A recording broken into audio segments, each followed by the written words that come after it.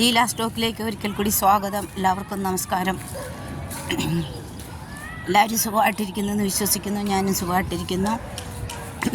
ഇന്ന് നിങ്ങളോട് ഞാൻ പങ്കുവയ്ക്കാൻ പോകുന്ന വിഷയം ചില പലതരത്തിലുള്ള അമ്മമാർ,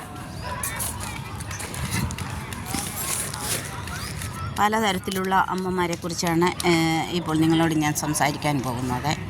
അതായത് ഇന്നലെ നമ്മൾ ന്യൂസിലൊക്കെ കണ്ടു, പിന്നെ ഒരു കുഞ്ഞ് അമ്മ വലിച്ചെറിഞ്ഞു, പുഴയിൽ വലിച്ചെറിഞ്ഞു കൊന്നതായിട്ട് നമ്മൾ കണ്ടു. അങ്ങനെ ജനിക്കുന്ന ഉടനെ തന്നെ കുഞ്ഞുങ്ങളെ കൊല്ലുന്നവരും, പിന്നെ ഫാമിലിയിൽ എന്തെങ്കിലും പ്രശ്നങ്ങളൊക്കെ ഉണ്ടെങ്കിലും, ഭർത്താവിനോട് ദേഷ്യം ഉണ്ടെങ്കിലും, അല്ലെങ്കിൽ കുടുംബത്തിലെ സംഘർഷ അവസ്ഥയിലും ഒക്കെ മക്കളെ ഇങ്ങനെ വലിച്ചെറിയുകയും കൊല്ലുകയും, പിന്നെ അവിഹിതങ്ങളിലുണ്ടാകുന്ന കുഞ്ഞുങ്ങളെയൊക്കെ ഇങ്ങനെ കൊന്നുകളയുകയും എറിഞ്ഞുകളയൊക്കെ ചെയ്യുന്ന ഒത്തിരി സാധാരണ സംഭവങ്ങൾ നിരന്തരം നമ്മൾ കാണുന്നുണ്ട്. അപ്പോൾ ഈ ഇന്നത്തെ ഒരു സാഹചര്യം പറഞ്ഞാൽ മിക്കവാറും കുടുംബജീവിതങ്ങൾ മലയാളിയുടേത് സ്വസ്ഥവുമല്ല, ശാന്തവുമല്ല. കാരണം എല്ലാ കുടുംബജീവിതങ്ങളും ഇന്ന് പൊട്ടലിൻ്റെയും മൂളിൻ്റെയും ഒക്കെ ഇതിൽ കൂടിയാണ് കടന്നു പോകുന്നത്.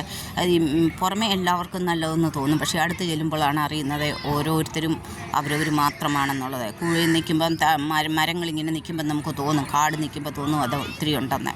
പക്ഷെ നമ്മൾ അടുത്ത് ചെല്ലുമ്പോൾ നമുക്ക് മനസ്സിലാകുന്നത് ഓരോ മരങ്ങളും വേറെ വേറെയാണെന്ന്. അങ്ങനെയാണ് ഓരോ കുടുംബങ്ങളിലെയും ഇന്ന് കുടുംബ ബന്ധങ്ങളിലെയും അവസ്ഥ.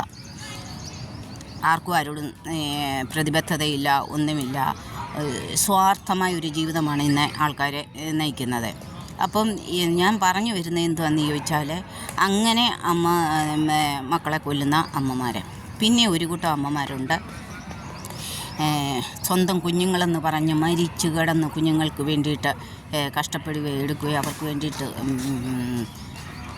ജോലി ചെയ്ത് വിദേശങ്ങളിലും അവിടെയും ഇവിടെയും പ്രവാസിയായിട്ടും അങ്ങനെയൊക്കെ ജോലി ചെയ്ത് കഷ്ടപ്പെട്ട് തൻ്റെ കുഞ്ഞുങ്ങളെ ഓരോ ഭാവിയിലെത്തിക്കുവാൻ ജീവിതത്തിലുടനീളം കഷ്ടപ്പെടുന്ന അമ്മമാർ. അതിലൊരമ്മയാണ്, അങ്ങനെയുള്ള ഒരമ്മയാണ് ഞാനും പ്രവാസം ചെയ്ത് കഷ്ടപ്പെട്ടാണ് വർഷങ്ങളായിട്ട് നിന്ന് കഷ്ടപ്പെട്ടു കുഞ്ഞുങ്ങളുടെ പഠിത്തത്തിന് വേണ്ടിയിട്ടും സകലത്തിനും പ്രവാസ ജീവിതം അനുഭവിച്ച് കഷ്ടപ്പെട്ട് അവരെ ഒരു സ്ഥാനത്ത്, ഇന്ന് അവർ രണ്ടുപേരും ഒരു സ്ഥാനത്ത് കുഴപ്പമില്ലാതെ ജോലി ചെയ്യുന്നു. പക്ഷെങ്കിൽ അങ്ങനെയുള്ള അമ്മമാരെ മക്കളെന്നും പറഞ്ഞ് ചത്തുകിടന്ന് അവരവരെ സ്നേഹിക്കാതെ, അമ്മമാർ അവരവരെ സ്നേഹിക്കാതെ മക്കളെ കുടുംബമേ ഭർത്താവേ എന്ന് പറഞ്ഞ് ചത്തുകിടന്ന് ജീവിച്ച പല അമ്മമാരും ഇന്ന് തീരാ ദുഃഖത്തിലാണ്. ഞാൻ കൊടുത്ത സ്നേഹം എൻ്റെ കുടുംബം എനിക്ക് തിരിച്ചു തന്നോ എന്ന് ചോദിച്ചാൽ ഇല്ല. ഞാൻ എൻ്റെ ജീവിതത്തിൽ ഞാൻ എന്നെയാണ് സ്നേഹിക്കാതെ പോയത്.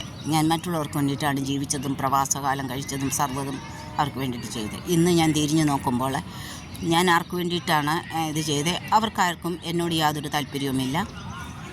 ആ ഒരവസ്ഥയിൽ കൂടെയാണ് ഞാൻ കഴിഞ്ഞു പോകുന്നത്. അപ്പോഴും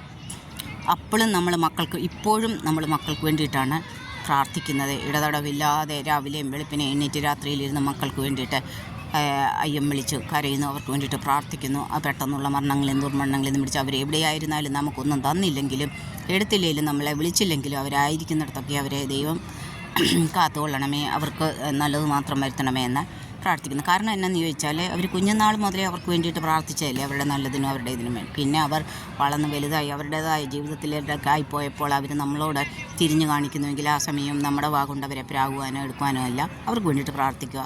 അത്രമാത്രമേ നമുക്ക് ചെയ്യാൻ പറ്റത്തുള്ളൂ. അങ്ങനെയുള്ള അമ്മമാർ. അപ്പോൾ ഇങ്ങനെ കഷ്ടപ്പെട്ട് വളർത്തിയെല്ലാം കൊണ്ടുവന്ന അമ്മമാരെ വൃദ്ധഭവനത്തിൽ തള്ളുന്ന മക്കളെ, അവരെ നിസ്സാര കാര്യത്തിന് വേണ്ടിയിട്ട് അവരെ കൊല്ലുന്നവരെ, മാതാപിതാക്കളെ കൊല്ലുന്നവരെ, അമ്മമാരെ കൊല്ലുന്നവരെ, അങ്ങനെയുള്ള മക്കളുമുണ്ട്. അപ്പം ജീവപര്യന്തം മക്കൾക്ക് വേണ്ടിയിട്ട് കഷ്ടപ്പെട്ടിട്ട് സ്വന്തം ജീവിതം ജീവിക്കാതെ പോയ അമ്മമാരും അച്ഛന്മാരുമാണ് ഇന്ന് വൃദ്ധഭവനത്തിലും ഒക്കെ കഴിയുന്നത്, അനാഥ മന്ദിരങ്ങളും കഴിയുന്നത്. പക്ഷേങ്കിൽ അവരുടെ മക്കളൊക്കെ വലിയ പദവിയിലിരിക്കുന്നവരാണ്, വലിയ പദവിയിലൊക്കെ ഇരിക്കുന്നവരാണ്. പക്ഷേങ്കിൽ ആ ഒറ്റപ്പെടലിൻ്റെ വേദനയിൽ ആ വൃദ്ധഭവനത്തിൽ അല്ലെങ്കിൽ ആ അനാഥ മന്ദിരങ്ങളിൽ കഴിയുന്ന അമ്മമാരെ, അവരും അമ്മമാരാണല്ലോ, അവർക്കും മക്കളുണ്ടല്ലോ. അപ്പോൾ പലതരത്തിലുള്ള അമ്മമാരാണ് ഉള്ളത്. സ്വന്തം സുഖത്തിന് വേണ്ടിയിട്ട് പോയി ജീവിച്ച് ലാസ്റ്റിലെ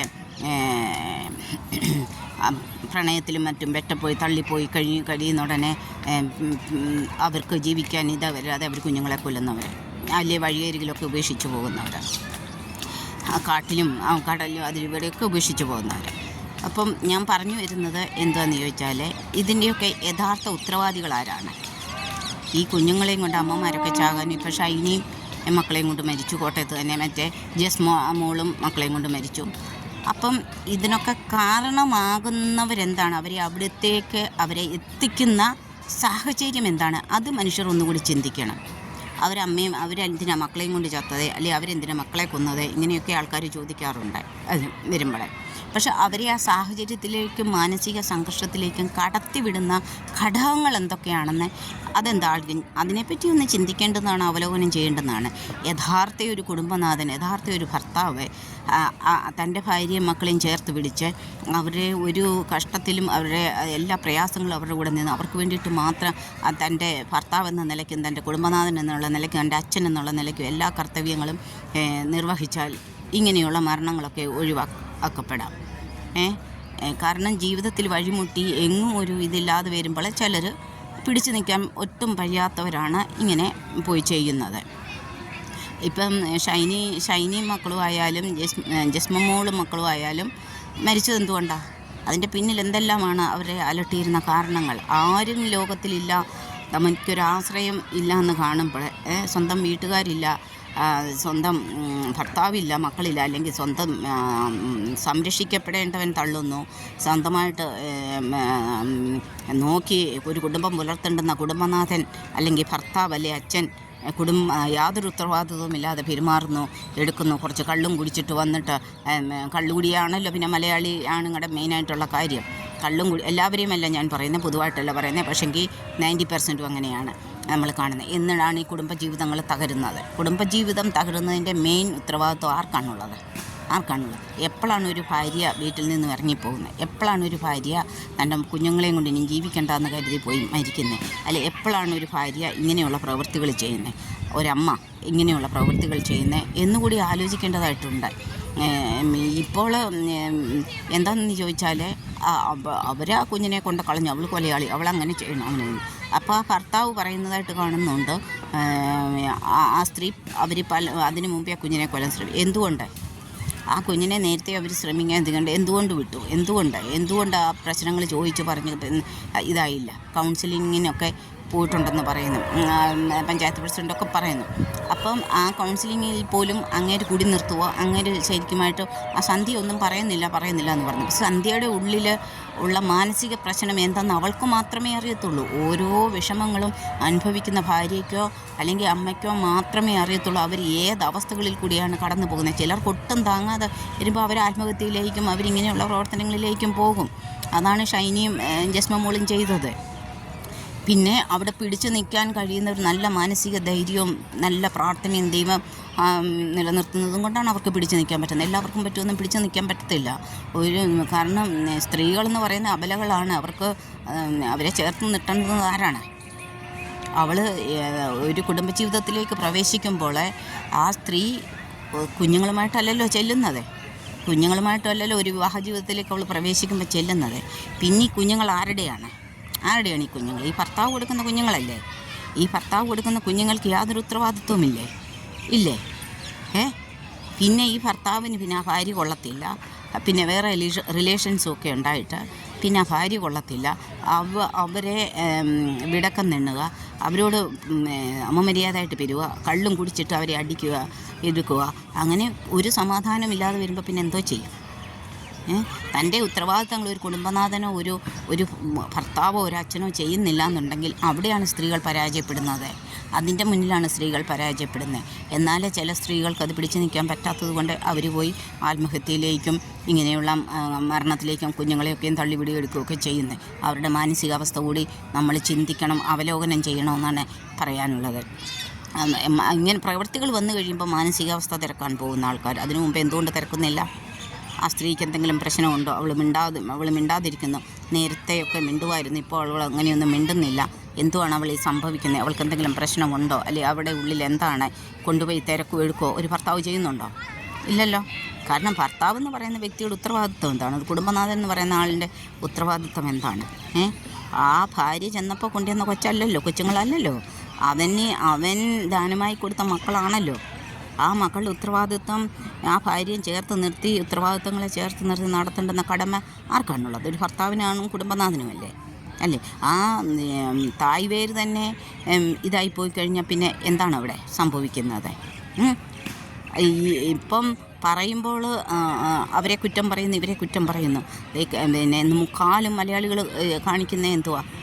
പിന്നെ കുടിച്ചിട്ട് വന്നിട്ട് വീട്ടിലെ കാര്യങ്ങൾ തിരക്കെടുക്കുക എന്നുമല്ല, എല്ലാവരെയും പറ്റിയല്ല പറയുന്നത്, ഞാൻ വീണ്ടും വീണ്ടും പറയുന്നു. പക്ഷെങ്കിൽ മുക്കാലും നമ്മൾ നമ്മൾ എന്തേലും വാർത്തകൾ കാണുന്നു, ന്യൂസുകൾ കാണുന്നു, അതിൻ്റെ അകത്തിലെ ഭാര്യയെ വെട്ടിക്കൊല്ലുന്നു, അവർ കുടുംബ വഴക്കായിരുന്നു, ഭാര്യയെ വെട്ടിക്കൊന്നു, കഴുത്തറുത്ത് വന്നു, അത് കൊടുത്തു വന്നു. കഴുത്തറുത്തൊക്കെ കൊല്ലുന്ന ആതങ്കവാദികളാണ്. പക്ഷേ ഞാൻ യമനിൽ ജോലി ചെയ്ത ഒരു വ്യക്തി അവിടെ ആതങ്കവാദമൊക്കെ കണ്ടതാണ് നേരിട്ട്. പക്ഷെങ്കിൽ ഇത്രയും ഹീനമായ കൃത്യങ്ങളൊന്നും ഒരു ഭർത്താവൊന്നും ഭാര്യയെ കഴുത്തറുത്ത് വന്നു അങ്ങനെയൊന്നും ഞാൻ കണ്ടിട്ടില്ല. അവർ ഒരു വെടി വെക്കും, അല്ലെങ്കിൽ ഇത് ചെയ്യും, അത്രയേ ഉള്ളൂ. അപ്പോൾ ഇത്ര ക്രൂരമായ പിന്നെ കൊലകൾ പോലും ചെയ്യുവാൻ ഒരു ഭർത്താവും മടിക്കുന്നില്ല, ഒന്നും ചെയ്യുന്നില്ല. പല രീതിയിൽ മുട്ടിക്കഴിയുമ്പോൾ ഭാര്യയും തിരിഞ്ഞ് ചെയ്യാറുണ്ട്, ഇല്ലെന്നല്ല ഞാൻ പറയുന്നത്. ഇവിടെ ഭാര്യമാരെ സംരക്ഷിച്ച് പറയുകയല്ല. പക്ഷെങ്കിൽ ഒരു കുടുംബത്തിൻ്റെ മെയിൻ ഉത്തരവാദിത്വം ആർക്കാണ്? ആ ഭർത്താവിനല്ലേ, ആ കുടുംബനാഥനല്ലേ. അവൻ ജന്മം കൊടുത്ത കുഞ്ഞുങ്ങളെ ചേർത്ത് പിടിക്കേണ്ടുന്ന ആരുടെ കടമയാണ്? ആ സ്വന്തം കടമ നിറവേറ്റാതെ, ഉത്തരവാദിത്തങ്ങൾ നിറവേറ്റാതെ തോന്നിയ പോണക്ക് ജീവിച്ചിട്ട് മക്കളെ ഉത്തരവാദിത്വമില്ല, ഭാര്യയുടെ ഉത്തരവാദിത്വമില്ല, ഭാര്യയ്ക്ക് അന്വേഷിച്ച് കൊടുക്കണ്ട, അല്ലെങ്കിൽ മക്കളെ ഉത്തരവാദിത്വമായിട്ട് നോക്കണ്ട, അവരെ ഒരു സ്ഥാനത്ത് എത്തിക്കേണ്ട, ഇതെല്ലാം ജീവിതത്തിൽ ചെയ്ത് കൂട്ടിയിട്ട് ഭർത്താവ് അല്ലെങ്കിൽ കുടുംബനാഥനെന്ന് പറഞ്ഞ് നടന്നാൽ എന്ത് വിലയാണ് അവർക്കുള്ളത്? എന്ത് വിലയാണുള്ളത്? അവർ സ്വയം ചിന്തിക്കണം, അവരെന്താണ് ചെയ്യുന്നത്? അവർ തൻ്റെ ഭാര്യയെ ചേർത്ത് നിൽക്കുന്നുണ്ടോ? അവർ തൻ്റെ കുഞ്ഞുങ്ങളെ ആത്മാർത്ഥമായിട്ട് സ്നേഹിച്ചോ? ഭാര്യയെ ആത്മാർത്ഥമായിട്ട് സ്നേഹിച്ചോ? അല്ലെങ്കിൽ അവരുടെ ഭാവിയെ കരുതി എന്തെങ്കിലും ചെയ്തോ, പ്രവർത്തിച്ചോ? അവർക്ക് വേണ്ടിയിട്ട് എന്തെങ്കിലും നന്മ ചെയ്തോ? അവരെ നാശത്തിലേക്ക് എത്തിക്കോ, അല്ലാതെ എന്തെങ്കിലും ചെയ്തോ എന്നുള്ളൊരു ചിന്തനം ഓരോ ഭർത്താവിനും ഓരോ കുടുംബനാഥനും ഉണ്ടായാലേ തൻ്റെ കുടുംബത്തെ, തൻ്റെ ഭാര്യയെ, താൻ ജന്മം കൊടുത്ത മക്കളെ, തൻ്റെ ഭാര്യയെ, തൻ്റെ മക്കളെ ജന്മം കൊടുക്കുമ്പോൾ ആർക്കാണ് വേദനിക്കുന്നത്? ജന്മം കൊടുക്കുന്നതിൽ ആർക്കാണ് വേദന? അമ്മയ്ക്കല്ലേ വേദന? അവളെ പ്രസവിക്കുന്നു, അവളെ ശരീരത്തിലെ ചേഞ്ചസ് വരുന്നു, ശാരീരിക മാനസിക വേദനകൾ അവൾ അനുഭവിക്കുന്നു, എടുക്കുന്നു.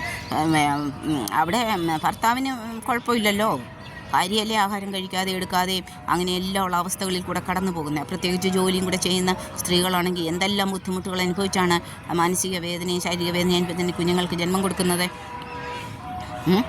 അപ്പോൾ ആരുടെ കുഞ്ഞുങ്ങൾക്കാണ് ജന്മം കൊടുക്കുന്നത്? തൻ്റെ കുഞ്ഞുങ്ങൾക്ക് ജന്മം കൊടുത്ത ഭാര്യയെ സ്നേഹിക്കാത്ത ഒരു അച്ഛനെയും ഒരു ഭർത്താവിനെയും എനിക്കിഷ്ടമില്ല. അങ്ങനെയുള്ളവർ അവരവരോട് ചോദിക്കണം, അവരവരോട് ശോധന ചെയ്യണം. താൻ എന്താണ് ചെയ്തത്? തൻ്റെ ഭാര്യയോട്, തൻ്റെ കുടുംബത്തോട്, തൻ്റെ മക്കളോട് ഞാൻ എന്ത് ചെയ്തു? അവർക്ക് എനിക്ക് എന്താ ചെയ്യാൻ പറ്റുമായിരുന്നു? ഞാൻ എന്ത് ചെയ്തു എന്ന ചോദ്യം അവരോട് ചോദിച്ച് അവരിൽ തെറ്റുണ്ടെങ്കിൽ അത് തിരുത്തി അവരെ ചേർത്ത് നിർത്താൻ നോക്കണം. അതാണ് ഓരോ കുടുംബനാഥനും ഓരോ ഭർത്താവും ഓരോ അച്ഛനും ചെയ്യേണ്ടത്. അപ്പോൾ ഇന്നലത്തെ ഈ വിഷയങ്ങൾ അതാണ് അമ്മമാരുടെ കാര്യം ഞാൻ പറഞ്ഞത്. പലവിധമുള്ള അമ്മമാരുണ്ട്. അവിഹിത ബന്ധം പുലർത്തി മക്കളുണ്ടായി കഴിയുമ്പം അവിടെ ആരാ താഴെപ്പെടുന്നത്? ഈ പ്രണയിച്ചവനും അവനും മക്കളെ ദാനമായിട്ട് കൊടുത്തിട്ട് അവനവൻ്റെ പാട്ടിന് പോകും. അവിടെ ആരാ തെറ്റുകാര്? അവിടെ തെറ്റ് പറയുന്നതാരാ? സ്ത്രീയെ. അവൾ കൊണ്ട് കൊച്ചിനെ, ആരുടെ കൊച്ചിനെ? അവൾക്ക് സ്വയം കൊച്ചുണ്ടായോ? ഒരാണ് അവിടെ കൂടെ കൂടാതെ അവൾക്ക് കൊച്ചുണ്ടായോ? ഇല്ലല്ലോ. അപ്പോൾ അവിടെ ആരാണ് തെറ്റുകാര്? സ്ത്രീയെ ചെളിവാരി എറിയാനും സ്ത്രീയെ പറയാനും എന്തോരിതാ. ഒരു സ്ത്രീ തന്നെ എന്തായാലും കൊച്ചുണ്ടാകത്തില്ലല്ലോ. അവൾ ഒരു ബന്ധത്തിലാകുമ്പോഴല്ലേ അവർക്ക് കൊടുക്കുന്നത്. എന്നിട്ട് ആ ബന്ധം കൊടുത്തവനെ അവനെ ചെളിയിൽ ചവിട്ടി അവൻ്റെ പാട്ടിന് പോകുന്നു. ഇതല്ലേ കാണുന്നത്? ഇതിൻ്റെ മെയിൻ ഉത്തരവാദിത്വം ആർക്കാണ്? ഒരു സ്ത്രീ പിഴച്ചു പറ്റെങ്കിൽ, അല്ലെങ്കിൽ ഒരു കുടുംബത്തിലെ ഭാര്യ കുഞ്ഞുങ്ങളുമായിട്ട് ആത്മഹത്യ ചെയ്തെങ്കിൽ, അല്ലെങ്കിൽ ഇങ്ങനെ കുഞ്ഞുങ്ങളെ വലിച്ചെറിഞ്ഞു കൊന്നെങ്കിൽ, ഇതിൻ്റെയൊക്കെ ഒന്നാമത്തെ പ്രതി ആ കുടുംബത്തിലെ അച്ഛൻ തന്നെയാണ്, കുടുംബനാഥൻ തന്നെയാണ്. അവരെയാണ് ഒന്നാമത് പ്രതി ചേർക്കുന്നത്, അല്ലേ?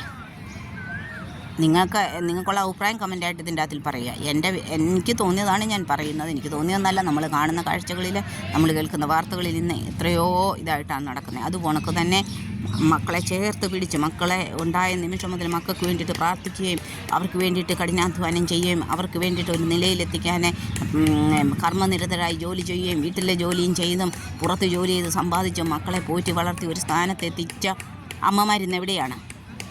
ആ മക്കൾ ഇന്ന് എവിടെയാണ് അമ്മമാരെ എത്തിച്ചിരിക്കുന്നത്? തിരിഞ്ഞു നോക്കുന്നുണ്ടോ? അവർക്ക് ചിലവിന് കൊടുക്കുന്നുണ്ടോ? അവരുടെ അന്വേഷണമുണ്ടോ? അപ്പോൾ അങ്ങനെയുള്ള അമ്മമാരും ഉണ്ട്. എന്നിട്ടും ആ അമ്മമാർ നിശബ്ദമായിട്ട് കഴിയുന്നു. എന്നിട്ടും ആ അമ്മമാർ പ്രാർത്ഥിക്കും, തന്നെ മക്കൾ തന്നില്ലേലും ഒന്നും തന്നില്ലേലും ആയിരിക്കുന്നിടത്ത് സുരക്ഷിതമായിട്ട് ഇരിക്കട്ടെ എന്ന്. അങ്ങനെയുള്ള അമ്മമാർ അങ്ങനെയാണ്. അതുകൊണ്ടാണ് ഞാൻ ഇന്ന് ഈ വിഷയം എടുത്തത്. പലതരത്തിലുള്ള അമ്മമാരുണ്ട്. അതുകൊണ്ട് ഏതമ്മമാരുടെ ഏത് പ്രശ്നത്തിലും പിന്നിലുള്ളത് ആ അമ്മമാരുടെ ഭർത്താവ്, കുടുംബനാഥൻ ഒക്കെയാണ്. ഓക്കെ, ഇനി വേറൊരു വീഡിയോയുമായിട്ട് വരാം.